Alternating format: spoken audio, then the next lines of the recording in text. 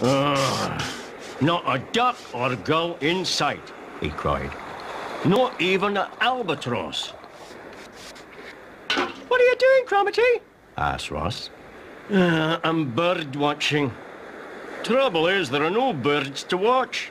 Are you sure? Said Ross. Can I have a look? Now, the lads were so busy looking for birds that they didn't see the one right under their very noses. A whopping great penguin.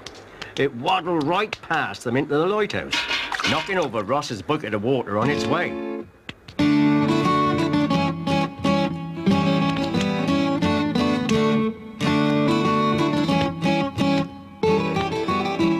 Ah, well, it's no good, sighed Cromarty. There's not a bird for miles. I'm going in to make a cup of tea. And so off he went to put the kettle on, leaving Ross searching for birds. Suddenly he saw the mess the penguin had made when it knocked over the bucket. Well, of course he blamed Cromarty, so he raced upstairs shouting all the way. Cromarty, I've been washing the steps all day, and now you knock over my bucket and leave dirty footprints everywhere. It wasn't me.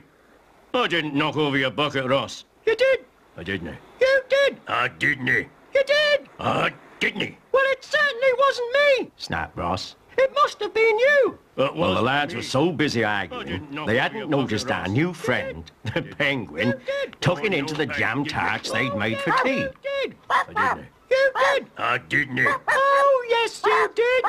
Oh, no, I didn't. Oh, yes, you did. Oh, no, I didn't. Oh, no, you didn't. I got you. At last, Cromarty decided that his need for food was stronger than his need for arguing. Oh, I don't know who knocked over your bucket, Ross. Let's sit down and have our tea. But when they sat down, Cromarty saw that half the tarts were gone. Who's been eating all the tarts? Well, it certainly wasn't me, said Ross. It must have been you. Oh, no, I didn't. Oh, yes, you did. I didn't. You did. I didn't. Did. Didn't. Did. Didn't. Did. Oh, no, I didn't. Oh, no, they were at it again. Oh, yes, you I did. could hear their shouting right at the top of the lighthouse where I was polishing the lamp. Oh, no, I decided I had to put a stop. Oh, no, I didn't. Oh, yes, you did. I tell you, it wasn't me. Cried Ross. But you surely don't think it was me? Oh, yes, you did. Hold on, I said. Drop your anchors. What's all the noise about?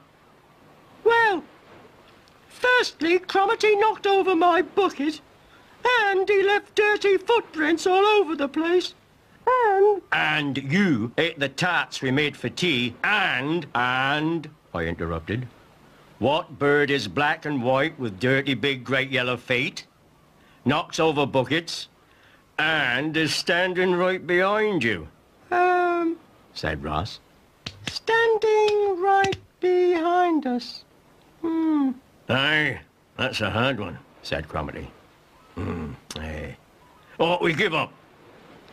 Call yourself bird watchers, I laughed. There's a whopping great penguin right under your very noses, and he's polishing off the last of the jam tarts. Some bird watchers you are.